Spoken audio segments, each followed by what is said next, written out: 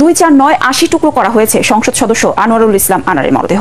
Sanction যদি ঠিক মতো হয় তাহলে শুধু সেনাপ্রধান স্যাংশন খাবেন না, তৎকালীন রাষ্ট্রপতিও স্যাংশন খাবেন এখনকার এবং তখন যিনি প্রধানমন্ত্রী ছিলেন সেই প্রধানমন্ত্রী শেখ হাসিনাও স্যাংশন।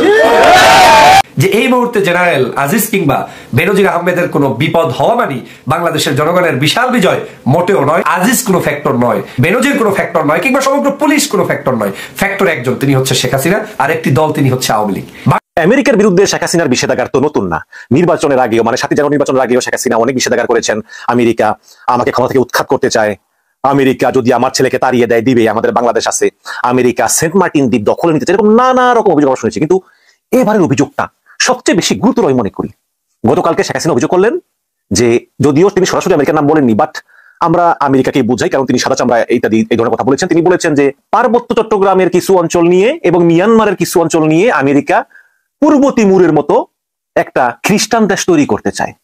বাংলাদেশের সাবেক সেনাপ্রধান জনাব আজিজ, যিনি জেনারেল আজিজ নামে পরিচিত, তার এবং তার পরিবারের বিরুদ্ধে, মানে তিনি, তার অভিযুক্ত 2 ভাই, তার সন্তান সন্ততি এবং তার স্ত্রী সহ ভাইদের পরিবার পরিজন, তারা মার্কিন যুক্তরাষ্ট্রে নিষিদ্ধ।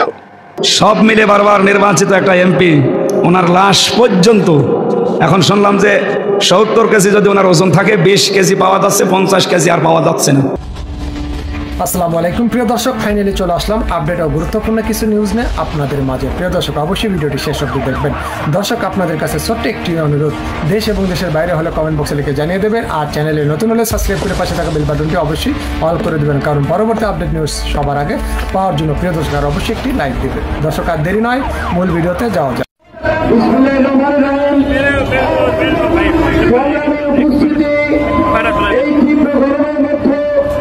অনেকক্ষণ আপনারা বক্তব্য শুনেছেন, কাজে এখন বক্তব্য দীর্ঘায়িত করে অনেকের বিরক্তি হবে, সবাই ক্লান্ত হয়ে গিয়েছেন। আমি ধন্যবাদ জানাই ঢাকা মহানগরকে, তারা বিশেষ করে অফিসে কথা বলতে বলতে তাৎক্ষণিকভাবে আমাদের এই দুর্নীতির নতুন বরপুত্র জেনারেল আজিজ এবং বেনজিরের ঘটনাকে আলোচনা করার মধ্য দিয়েই তারা একটা প্রোগ্রাম ঠিক করেছে যে এই মুহূর্তে বাজারে দ্রব্যমূল্যের দাম বাড়ছে, কেবল বাড়ছে। দ্রব্যমূল্যের ঊর্ধ্বগতিতে মানুষের নাবিশ্বাস, মূল্যস্ফীতিতে মানুষের নাকাল অবস্থা, ব্যাংক খাতে লুটপাট, শেয়ার বাজার তো আগেই শেষ করেছে। ব্যাংক থেকে আগে যেটা বলেছে আমাদের নেতৃবৃন্দ, আগে ঋণ খেলাপি ছিল, এখন ব্যাংক খেয়া ফেলাইতেছে এবং একের পর এক যেভাবে অর্থ পাচারের সাথে বিভিন্ন জনের নাম উঠে আসছে, তারপরেও সরকার কারো বিরুদ্ধে কোনো পদক্ষেপ নিচ্ছে না। কাজী রাজনৈতিক আন্দোলনের পাশাপাশি দেশের বিদ্যমান সমস্যাকে কেন্দ্র করে সামাজিক আন্দোলনও গড়ে তুলতে হবে, জনগণকে সম্পৃক্ত করে সামাজিক আন্দোলনের মধ্য দিয়েই এই প্রতিবাদ বিজয় করতে হবে।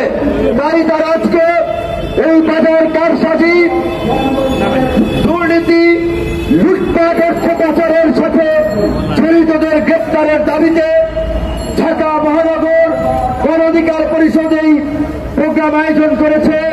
প্রোগ্রামে গণ অধিকার পরিষদের অঙ্গ সংগঠন, সহযোগী সংগঠন, ছাত্র, যুব, শ্রমিক অধিকার পরিষদের নেতৃবৃন্দ বক্তব্য রেখেছেন। আমি সবাইকে ধন্যবাদ জানাই। সাংবাদিক এবং সোশ্যাল প্ল্যাটফর্মে যারা আমাদের বক্তব্য প্রচার করছেন, অনেকক্ষণ দাঁড়িয়ে ভিডিও করছেন, পথচারীরা, তাদেরকেও ধন্যবাদ জানাই, শুভেচ্ছা জানাই, সালাম জানাই। আসসালামু আলাইকুম।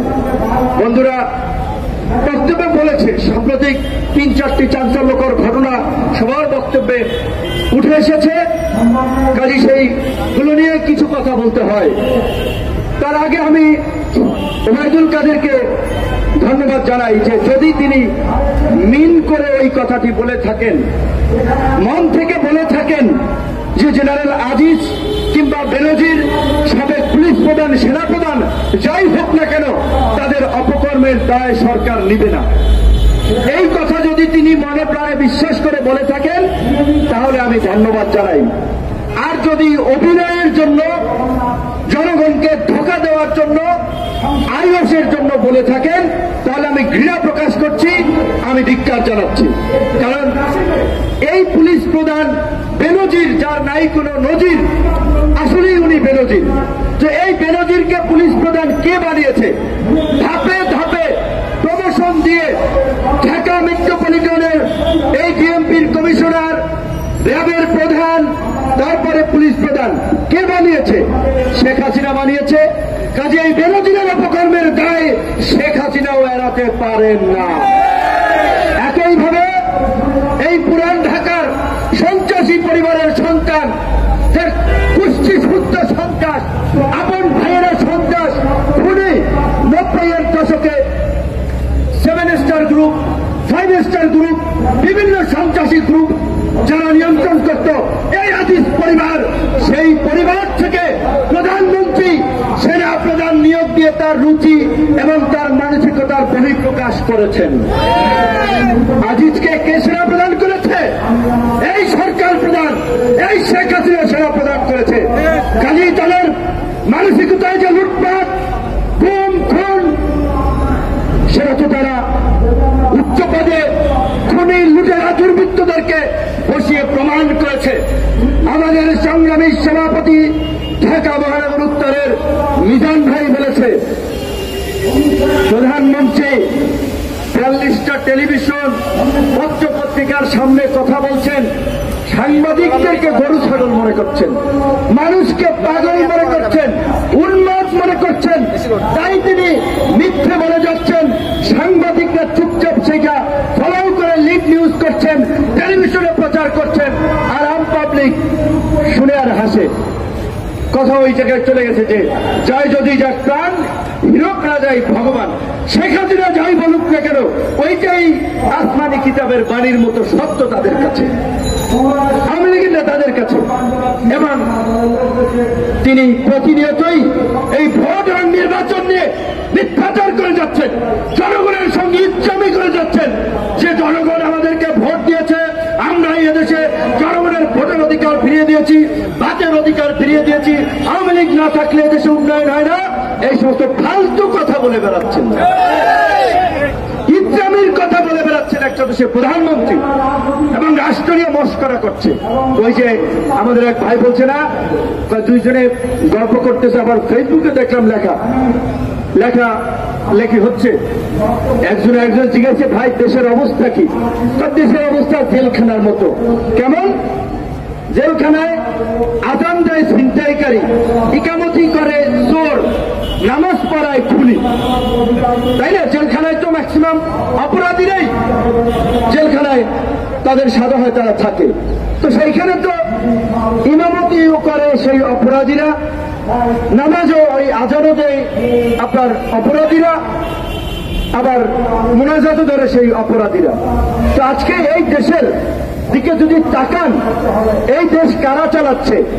ওই ছিনতাইকারী, চোর, ডাকাত, লুটেরারা চালাচ্ছে। কারণ আজকে জনগণের ভোট কেড়ে নিয়ে, জনগণের উপর অত্যাচার, নির্যাতন, গুম খুন চালিয়ে একটা অলিখিত রাজতন্ত্র কায়েম করে আজকে এই দেশের মানুষের সঙ্গে ইচ্ছামি করছে, প্রহসন করছে, ভোট চোরে। তো লাগে আমার কাছ থেকে ক্লু নিয়ে নিয়ে আলরাজিতে আমি বসি, 3 জন ডিআইজির তথ্য আমি দেব, কিন্তু এই রকমের 3 জন ডিআইজি না, অনেক ডিআইজি আছে। তো আজকে ওই যে আমাদের সেক্রেটারি সাহেব যেটা বলছিলেন, দুঃখ লাগে, সবাই বিবেকহীন হয়ে যাচ্ছি, যে রিক্সাওয়ালা ভাইরা বক্তব্য শুনছে, তাদেরকে সরাই দিচ্ছে কে? ধরেন একজন কনস্টেবলের বেতন কয় টাকা? বলে তবে রিক্সাওয়ালা ভাইয়ের চেয়ে তার ইনকাম কম, সত্য মানতে হবে। রিক্সাওয়ালা ভাই যদি গায়ে খাটে 500-700 টাকা ইনকাম করতে পারে, ধরেন 1020 টাকা মাসে থাকে। একজন পুলিশের কনস্টেবলের শুরুর দিকে যারা ঢোকে, তাদের বেতনও কিন্তু 20,000 টাকা না। এখন ঘুষ না খাইলে বলেন, এই যে পুলিশ আইন শৃঙ্খলা বাহিনী, তিনি একজন পুলিশ সদস্য, তার মর্যাদাটা আছে এই সমাজে কোথায়? একজন কনস্টেবল এই ঢাকা শহরে বাসা ভাড়া দিয়া বউ বাচ্চা নিয়ে থাকার মতো কোন অবস্থা আছে? ডিআইজিরা তো মালপানি কামাইতেছে 100 কোটি টাকা, বেনজির কামাইছে 1000 কোটি টাকা, আর ওই যে কনস্টেবল, এসআই তারা কিন্তু বউ বাচ্চা নিয়ে ঢাকায় থাকতে পারে না। নিশ্চয়ই সব পুলিশ খারাপ না। আর্মির এই আজিজটা ক্ষমতার দাপট দেখিয়ে খুনি ভাইদেরকে রাষ্ট্রপতিকে ম্যানেজ করে মাফ করাইছে, দেশ থেকে পার করাই দিছে। তারা ব্যবসায়ী, তারা জনপ্রতিনিধি হয়ে গেছে অনেকে, কিন্তু অনেক যারা সৎ অফিসার আছে তারা খুব কষ্টে জীবনযাপন করছে। নিশ্চয়ই সব জায়গায় ভালো মন্দ আছে। তো এই যে পুলিশ ভাইয়েরা, সেনাবাহিনীর সদস্যরা, আপনাদের মধ্যে যারা ভালো আছেন তাদেরকে অনুরোধ করব, আপনারা সাহস করে এই বেনজিরের মতো কুলাঙ্গার এবং আজিদের মতো কুলাঙ্গারকে সেনাবাহিনীর সমস্ত ক্যান্টনমেন্ট এবং পুলিশ প্রতিষ্ঠানে অবাঞ্ছিত ঘোষণা করুন। কারণ এই দুইজন কুখ্যাত ব্যক্তি বাংলাদেশের 53 বছরের ইতিহাসে সামরিক বাহিনীকে কলঙ্কিত করেছে, পুলিশ বাহিনীকে কলঙ্কিত করেছে এবং তাদেরকে বিচারের মুখোমুখি হতেই হবে। আমাদের কথা পরিষ্কার, শুধু বেনজির এবং আজিজ নয়, আরো যারা জনগণকে জিম্মি করে বিশিষ্ট শিল্পপতিতে পরিণত হয়েছেন, ব্যাংক লুটেরা, সেটা আলম হোক, বসুন্ধরা হোক, তাদের বিরুদ্ধে ব্যবস্থা নিতে হবে। এই লুটেরাদের বিরুদ্ধে সরকার যদি ব্যবস্থা না নেওয়া হয়, শেখ হাসিনাকে আমরা বলতে চাই, জাহানারা ইমামরা যেভাবে গণ আদালত বসিয়ে যুদ্ধাপরাধীদের বিচারের দাবিতে গর্জে উঠেছিল, আমরা আজকে জনগণকে নিয়ে গণ আদালত গঠন করে দুর্নীতিবাদদের বিচার করব, দুর্নীতিবাদদের সম্পদ জনগণের মাঝে বিলিয়ে দেব। এই জনগণকে জেগে উঠতে হবে। আমাদের বন্ধুরা বলেছে পৃথিবীর সমস্ত জায়গায় এই ধরনের দুঃশাসন যখন চেপে বসেছে, ছাত্র যুবক তরুণদের ছাড়া বুড়া মানুষ দেওয়া পরিবর্তন হয় নাই। এখন বুড়া মানুষদেরকে অসম্মান করছি না। এই যে নাজিম ভাইয়ের মতো বয়স্ক মানুষ আমাদের মতো তরুণদের শক্তিতে চলে ওঠে, এই যে মিজান ভাইয়ের মতো বয়স্ক মানুষরাও, সিনিয়র মানুষরাও কিন্তু গণ অধিকার পরিষদের সাথে থেকে লড়াই সংগ্রাম করছে। কাজে তরুণ কিংবা তারুণ্য বয়সের ফ্রেমে না, কাজের মধ্যে দিয়ে প্রমাণিত। আজকে আমরা আন্দোলন সংগ্রাম অনেক দেখেছি। কয়েকজন সিনিয়র নেতাকে দেখেছেন পুলিশ যখন লাঠিচার্জ করে পুলিশের সামনে সিনা টান টান করে দাঁড়িয়ে যায় কর্মীকে রক্ষা করতে। কয়েকজন নেতাকে দেখেছেন রাজপথে কর্মীদের সাথে থেকে ধাওয়া পাল্টা দেওয়া লড়াই সংগ্রাম করে শেষ পর্যন্ত মাঠে থাকতে। সেই নেতৃত্ব কিন্তু এখন দেখতে পাচ্ছি না।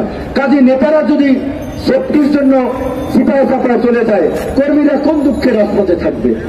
কাজী যারা রাজপথে থেকে নেতৃত্ব দিতে পারবেন, লড়াই করতে পারবেন, নিজের কর্মীদেরকে রক্ষা করার জন্য নিজে ঢাল হয়ে দাঁড়াবেন, তারাই আজকের এই সংকট থেকে উত্তরণের নেতৃত্ব দিতে পারবেন এবং গণ অধিকার পরিষদ সেটা দেখিয়েছে। নতুন শক্তির উত্থান ছাড়া, নতুন বিপ্লব ছাড়া এই অবস্থার উত্তরণ হবে না, হবে না। কাজী ছাত্র যুবক তরুণ ভাইদেরকে আমি বারবার অনুরোধ করব, ৭১-এর দিকে তাকান। এই স্বাধীনতার সংগ্রামকে যারা নেতৃত্ব দিয়েছিল, মুক্তিযুদ্ধের ৪ খলিফা বলা হয়, আসম আব্দুর রব, আব্দুল কুদ্দুস মাখন, নূর আলম সিদ্দিকী, শাহজাহান সিরাজ, দুইজন তৎকালীন ছাত্রলীগের নেতা ছিলেন, দুইজন ডাকসুর ভিপিজিও ছিলেন। ছাত্রলীগের নেতা এবং ডাকসুর ভিপিজিও ছিলেন। তাহলে নিশ্চয়ই তাদের বয়স ৩০-এর নিচে ছিল, তাদেরকে মুক্তিযুদ্ধের ৪ খলিফা বলা হতো। ৭ জন বীর শ্রেষ্ঠের দিকে তাকান, যাদের অধিকাংশের বয়স আপনার ২২-২৩ থেকে ৩০। তারপরে মুক্তিযুদ্ধের আরেকজন কান্ডারি যখন জাতি দিগ্ভ্রান্ত, আওয়ামী লীগের নেতারা যখন কলকাতার থিয়েটার রোডে মুক্তিযুদ্ধের নামে তাস খেলায় মস্ত হয়েছেন, এই জাতির একটা দিগ্ভ্রান্ত অবস্থার মধ্যে ছিলেন। কি করবে বুঝে উঠতে পারছিল না বঙ্গবন্ধুকে গ্রেপ্তারের পরে। খামিনের বাসিয়ার মতো ওই একজন মেজর, প্রধানমন্ত্রীর ভাষায় তিনি ৪০০ টাকার মেজর, সেই ৪০০ টাকার মেজরই কাম কিন্তু ঘটাই দিয়েছিল। সারা দেশ জাতিকে মুক্তিযুদ্ধে ঝাঁপিয়ে পড়ার আহ্বান জানিয়েছিল, তার বয়স ছিল মাত্র ৩৫। আজকের তরুণ এবং যুবকরা এই দেশ আপনাদের নেতৃত্বের জন্য হাত ছাড়ি দিয়ে যাচ্ছে। আপনাদেরকে রাজপথে আসতে হবে, রক্ত দিতে হবে, ইতিহাস গড়তে হবে। এই আওয়ামী লুটেরারা তাদের পরিণতি ইতিমধ্যেই তারা ভোগ করতে শুরু হয়েছে। আমাদের সংগ্রামী সহযোগিতা বলেছে আমরা প্রতিহিংসা পছন্দ করি না, আমরা বলছি আমরা একটা সম্প্রীতির সহনশীলতার একটা ইনক্লুসিভ রাজনীতি আমরা করতে চাই। কিন্তু এই যে সাম্প্রতিক যে ঘটনাটি ঘটল, আনোয়ারুল আজিম 7 মাস আগে প্রতিদিনের বাংলাদেশ সাজানো কি একটা পত্রিকায় নিউজ হয়েছিল যে মানুষ পেটাতে পটু এমপি আনার, 7 মাস আগে নিউজ হয়েছে। কি ভাগ্যের নির্মাণ পরিহাস দেখেন। আর তারে মানুষ কুফাই কুফাইয়া ভাগ করছে, সে মানুষ পিটাইছে জীবিত থাকতে, তারা মানুষ কোথায় কোথায় ভাগ করছে, হাড্ডি থেকে মানুষ আলাদা করছে। আহা কি নির্মম! এই মৃত্যু যেন আল্লাহ কাউকে না দেয়, আমরা আল্লাহর কাছে ফরিয়াদ করি। কিন্তু এই রকমের একজন সোনা চোরা চালান, মাদক ব্যবসার সাথে জড়িত একজন দুর্বৃত্ত তিনবার বাংলাদেশের আইন প্রণীত হয়েছে। পুলিশ, আর্মি থেকে শুরু করে সবাই তাদেরকে সেলুট দিয়েছে, কারণ তিনি সংসদের প্রতিনিধি।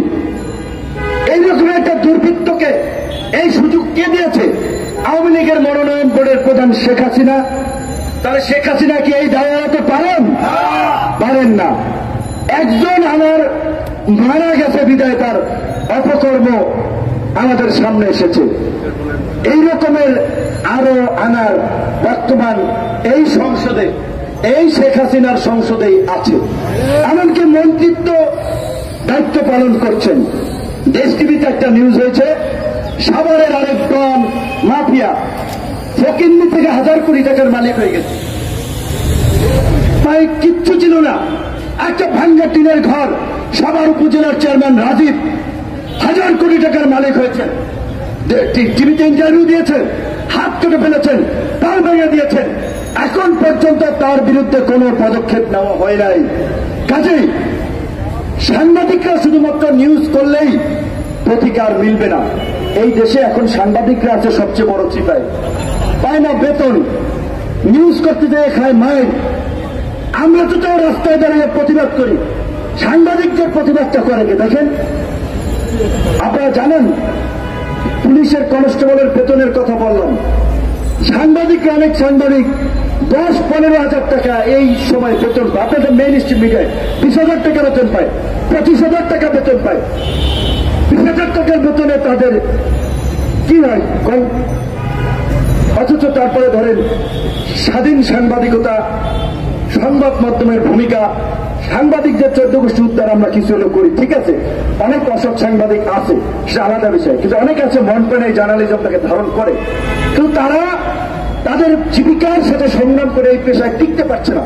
অনেকে পেশা পরিবর্তন করছে, অনেকে হাউজের বিরুদ্ধে বলে চাকরি চলে যাচ্ছে। কিছু আগে আমাদের একজন শুভাকাঙ্ক্ষী ভাই তার চাকরি চলে গেছে, কারণ তিনি একটি সমালোচনা করে স্ট্যাটাস দিয়েছিলেন। এই যে আমাদের এলিট ভাইয়েরা একটা আলোচনা সভার আয়োজন করছে, প্রেস ফ্রিডম আন্তর্জাতিক এনজিওর ফান্ডিং এর প্রোগ্রাম। তো সেই প্রোগ্রামে আবার যারা আলোচক, তাদের ধরেন অনেকে ঢাকায় ফ্ল্যাট প্লট তারা প্রতিষ্ঠিত। তো কাজী তারা যেভাবে স্বাধীন সাংবাদিকতাকে দেখতে পারবে, মাঠের এই সাংবাদিকরা কাজ করতে গিয়ে দেখছে আওয়ামী লীগের, যুবলীগের অনেক সময় এক নেতা নিউজ করতে যেয়ে ধাক্কা খাওয়া লাগে, অফিসের মধ্যে ঢুকাই নিয়ে মায়ের দিয়ে আধা মারা কইরা তারপরে সাইডে ক্যামেরা করা ভাঙ্গা। আবার ক্যামেরা কার? প্রত্যেকটা হাউসে ফোন দেবে, সবটা আওয়ামী লীগের এমপি মন্ত্রীরা মালিক। কাজী ছাত্রলীগ যুবলীগ যদি এই আওয়ামী লীগের লোকেরা সাংবাদিকদের মারেও, ওইটা নিয়ে সাংবাদিকরা রাস্তায় প্রতিবাদ করবে বিচারের দাবিতে, যে 24 ঘন্টার মধ্যে সাংবাদিকের গায়ে যারা হাত তুলেছে তাদেরকে গ্রেপ্তার করতে হবে। এইভাবে জোর দিয়ে বলতে পারে না। এমপি আনার মারা গিয়েছে, কয়েক ঘন্টার মধ্যেই স্বরাষ্ট্রমন্ত্রী বলে দিয়েছে এই ঘটনার সাথে ভারতীয়রা কেউ জড়িত না। ভালো, আপনার কাছে তথ্য আছে, ভালো, আপনি ভারতকে সেভ করতে, মানে ভারতের ভাষণের নাম মুখে আনা যাবে না। তো এখন আকাম কুকাম ভারত করলে বলা যাবে না, কারণ তারা তো ভারতের গোলামি দাসত্ব করে ক্ষমতা আছে। এখন সেখানে ভারতের সম্মান, ওই যে বলছে স্বামী স্ত্রী সম্পর্ক, ওই স্বামী রাষ্ট্রের সম্মান রক্ষা করার জন্য তারা আগেই এই কথা বলে দিচ্ছে নাকি অন্য কিছু, আমরা সেটা জানি না। কিন্তু তাও ভালো, স্বরাষ্ট্রমন্ত্রীকেও একটা ধন্যবাদ দেব, ওবায়দুল কাদেরের মতো মুখে ধন্যবাদ দিতে তো আর পয়সা লাগবে না, কষ্ট করা লাগবে না, যদি সত্যিকার অর্থে তথ্যের ভিত্তিতে বলে থাকেন। তো আমি আপনাকে জিজ্ঞাসা করতে চাই, মাননীয় স্বরাষ্ট্রমন্ত্রী, আপনি একজন বীর মুক্তিযোদ্ধা, অবশ্যই এখন আওয়ামী লীগ করেন, ভোট ডাকাতের সঙ্গী হয়েছেন, ব্যাংক ডাকাতের সঙ্গী হয়েছেন, লুটেরা খুনিদের সঙ্গী হয়েছেন। চ্যাপ্টার বাদ দিলাম, কিন্তু মুক্তিযুদ্ধে আপনার অবদান ছিল। আমাদের মতো যুবক বয়সে দেশের জন্য কিছু করার জন্য মুক্তিযুদ্ধে গিয়েছিলেন, সেজন্য সম্মান করি। আপনি জবাব দেন, সাংবাদিক সাগর রুনি হত্যাকাণ্ডের প্রতিবেদন কেন 104 পার পিছিয়েছে? তাহলে আমাদের সিআইডি, আমাদের র্যাব, আমাদের গোয়েন্দা সংস্থা ঘাস কাটে? সাগর রুনি হত্যাকাণ্ডের বিচার এক যুগে এখন পর্যন্ত বের করতে পারলো না। তো তার মানে পরিষ্কার, যারা খুন করেছে, খুনিরা চিহ্নিত, সরকার তাদেরকে সেভ করবে, তাদেরকে দিয়ে সাক্ষ্য উদ্ধার করবে। সেটা গতকালকে প্রধানমন্ত্রী বলেছিলেন। কোন শ্বেতাঙ্গ নাকি বলেছিল বঙ্গোপসাগরে ঘাঁটি গাড়তে দিলে ক্ষমতায় যাওয়ার পথ মসৃণ হবে, ক্ষমতায় আসতে দেবে। তিনি আবার গর্ব করে বলেছেন, আমি শেখ মুজিবের কন্যা, দেশ ভাড়া দিয়ে তো ক্ষমতায় আসবো না। ভাড়া কি দেবেন? দেশ তো ভারতের কাছে বিক্রি করে দিচ্ছেন। ভাড়া যাওয়ার কিছু আছে? দেশ তো বিক্রি করে দিয়েছেন ভারতের কাছে। ভারত তো এই দেশ ইজারা নিয়েছে, আপনারা ইজারাদার। আপনি এবং আপনার মন্ত্রীরা ভারতের ইজারাদার এই দেশ চালাচ্ছেন। এখন তো আপনার কি বিক্রি করবেন? আবার বলছেন ওই ইহুদি রাষ্ট্র করতে চায় নাকি? রাখাইন স্টেট, চট্টগ্রামের একাংশ নিয়ে আপনার বন্ধুরা, আপনাদের ভাষায় যারা বন্ধু রাষ্ট্র, এই ভারত দেশ স্বাধীনের পর থেকে 72 সাল থেকেই পার্বত্য চট্টগ্রামে বিচ্ছিন্নতাবাদী সন্ত্রাসীদেরকে অস্ত্র দিয়ে, প্রশিক্ষণ দিয়ে ওই পার্বত্য চট্টগ্রামকে অস্থিতিশীল করে রেখেছে। আপনি তো পারেন নাই ভারতের বিরুদ্ধে একটা প্রতিবাদ করতে, ভারতের গোলামি করে যাচ্ছেন। এই যে নাথান বোম কুকি চেন পত্রিকা আসছে, তাদের ট্রেনিং হচ্ছে কোথায়? ভারতের মণিপুর, মিজোরামে। আপনারা একটা প্রতিবাদ দেওয়ার সক্ষমতা দেখিয়েছেন? সীমান্তে লাশ পরে একটা প্রতিবাদ করতে পারেন না। তারপর তো ইজারাদার, আপনার বেচার ক্ষমতা নাই, কাজে আপনি বেচতে পারবেন না, ভাড়াও দিতে পারবেন না, আপনার সেই মুরদ এবং সক্ষমতা নাই। ইমরান খানের মতো সিম্পাথি নিতে চান, পাবলিক ভালো করে জানে যে ইমরান খান বলেছিল ডোনাল্ড লু একটা চিঠিতে আমাকে ক্ষমতাচ্যুত করেছিল। সারা বিশ্বের মানুষ ইমরান খান জেলে গেল, এখনো ইমরান খানের জন্য দোয়া করে, ভালোবাসে। আপনি ক্ষমতাটা চাইলে দেখেন, মশামাছিও পরে কিনা ধানমন্ডিতে জানি না। ক্ষমতাটা চাইলে দেখেন, শেখ মুজিবের কন্যা, প্রধানমন্ত্রী, মানবতার মা, দেশরত্ন, এত এত রত্ন, এত এত উপাধি, একটা সুষ্ঠু নির্বাচন দিতে কলিজা কাঁপে কেন? কাঁপে কেন? কেয়ারটেকারের মাধ্যমে নির্বাচনে ক্ষমতায় গিয়েছেন। কেয়ারটেকার দেন, দেখি কার কত জনপ্রিয়তার, কে দেশরত্ন আর কে কি, দেখি। সামনে নির্বাচনটা দিচ্ছেন না তো, দিতে হবে। এই দেশের ছাত্র যুবক তরুণরা যখন নয়া বিপ্লবের জন্য রক্ত দেওয়ার জন্য সেদিন গণভবন এবং বঙ্গভবন অভিমুখে যাত্রা শুরু করবে, সেই দিন আপনাদেরকে সারেন্ডার করতেই হবে জনগণের কাছে। তো খ্রিস্টান রাষ্ট্র কায়েম করবে কারা? আমেরিকা, তাই না? চীনকে বিট করার জন্য আমেরিকা বোধহয় আপনাদেরকে এই কথা বলছে। শ্বেতাঙ্গ মানে আমেরিকাকেই তো ইন্ডিকেট করছেন, তাদের কিনা অনেক কথা বলছেন। তাহলে আপনার ছেলের বউ খ্রিস্টান, এখানে অনেক কিছু বলেছে ইহুদি। এমনকি আমাদের শেখ রেহেনাপার মেয়ে কি বিয়ে করছে, আপনারা গুগলে সার্চ দেন, আমি বলতে চাই না, আমি বললাম দোষ হইতে পারে। আপনারা একটু সার্চ দেবেন, টিউলিপ সিদ্দিক, বঙ্গবন্ধুর নাতি টিউলিপ সিদ্দিকের স্বামীকে সার্চ দেবেন, সজীব ওয়াজেদ জয়ের স্ত্রীকে ইউটিউব গুগলে সার্চ দেবেন, আপনারা দেখে নিন, আমি আর বলতে চাই না। ইহুদি খ্রিস্টানদের পারিবারিক ভাবে আপনারা সম্পর্ক তৈরি করেছেন, ভারতের কাছে দেশ ইজারা দিয়েছেন। তাহলে আপনারা তো ক্ষমতায় থাকার জন্য আপনাদের আর কিছু করার নাই, কিচ্ছু করার নাই। তাই অনুরোধ করবো আল্লাহর রাস্তে সুষ্ঠু নির্বাচন দিয়ে বিদায় নেন। যে অপকর্ম করেছেন, জুলফিকার আলী ভুট্টো পাকিস্তানের প্রভাবশালী নেতা ছিলেন, ভুট্টোরও ফাঁসি হয়েছে। আপনারা এই যে বিডিআর বিচ্ছের ঘটনা, শাপলা চত্বরের হত্যাকাণ্ড, এগুলোর নিরপেক্ষ তদন্ত করলে আওয়ামী লীগের অনেক এমপি মন্ত্রীর ফাঁসি হবে, লিগাল হবে, আইনের দৃষ্টিতে, আইনের বিচারে। তো কাজী যা হয়েছে হয়েছে, মাফ করে দেব। যদি জনগণের কাছে ক্ষমা চেয়ে সমঝোতার পথে হাঁটেন, সুষ্ঠু নির্বাচনের পথে হাঁটেন, অন্যথায় হামলা, গোলাম মাওলা রনিকে ঢাকা বিশ্ববিদ্যালয়ে হামলা করিয়েছেন, ছাত্র দলের নেতা ছাত্র দলের সাবেক সভাপতি শ্রাবণকে এই শিল্পকলাতে হামলা করেছেন, বিরোধী দলের নেতাদেরকে ভয় দেখাচ্ছেন, ভীতি সঞ্চার করছেন, চাপ সৃষ্টি করছেন যে যারা গরম গরম কথা বলবা ছাত্রলীগ যুবলীগ এইভাবে হামলা করবে। হামলা শিকার অনেক হয়েছি, রক্ত অনেক আমাদের ঝরেছে। এবার প্রতিরোধ করে তুলতে হবে, এবার পাল্টা অ্যাকশনে যেতে হবে। যদি অ্যাকশন শুরু করেন তখনই তাদের পরাজয় বরণ শুরু হয়ে যাবে, কথা পরিষ্কার। মায়ের খাবো আমরা মাথা বাড়াবো, আমরা শরীর দিয়ে রক্ত ঝরাবো, আর এক বিন্দু শরীরের রক্ত যদি আমাদের যারা ছড়াতে আসবে তাদেরও রক্ত ছড়িয়ে তারপরে আপনারা ঘরে ফিরবেন। আমাদের অনুরোধ, এজেন্সি ভাইদেরকে পরিষ্কার ভাবে বলতে চাই, আজিজ বেনজিরের দায় নিচ্ছে না, আজিজ বেনজিরের দায় নিচ্ছে না, আপনাদের দায়ও নিবে না। এই যে রনি ভাইকে হামলা করিয়েছেন, এটা মোবাইল ট্র্যাক করে হামলা করিয়েছেন, মোবাইল ট্র্যাক আছে এনজিও এই এজেন্সির কাছে, এজেন্সি জড়িত। শ্রাবণকে হামলা করিয়েছেন, এইগুলো এজেন্সির প্ল্যান। কারা কারা খেলছেন আমরা তাদের নাম পরিচয়ও জানি। আপনারাও কিন্তু সাইজ হয়ে যাবেন। আমরা সাইজের উপরে আছি 12 বছর, আমাদের আর ভয় নাই, আমাদের আর ভয় নাই। হাত ভাঙছে, মাজা ভাঙছে, কোমর ভাঙছে, মাথা ফাটছে, এই ভাঙ্গা চূড়া নিয়েই এখন আপনাদেরকে ভাঙ্গা দেওয়ার জন্যই কিন্তু আমরা রাজপথে নামি। সাবধান হয়ে যান, ভালো থাকবেন সবাই। আসসালামু আলাইকুম।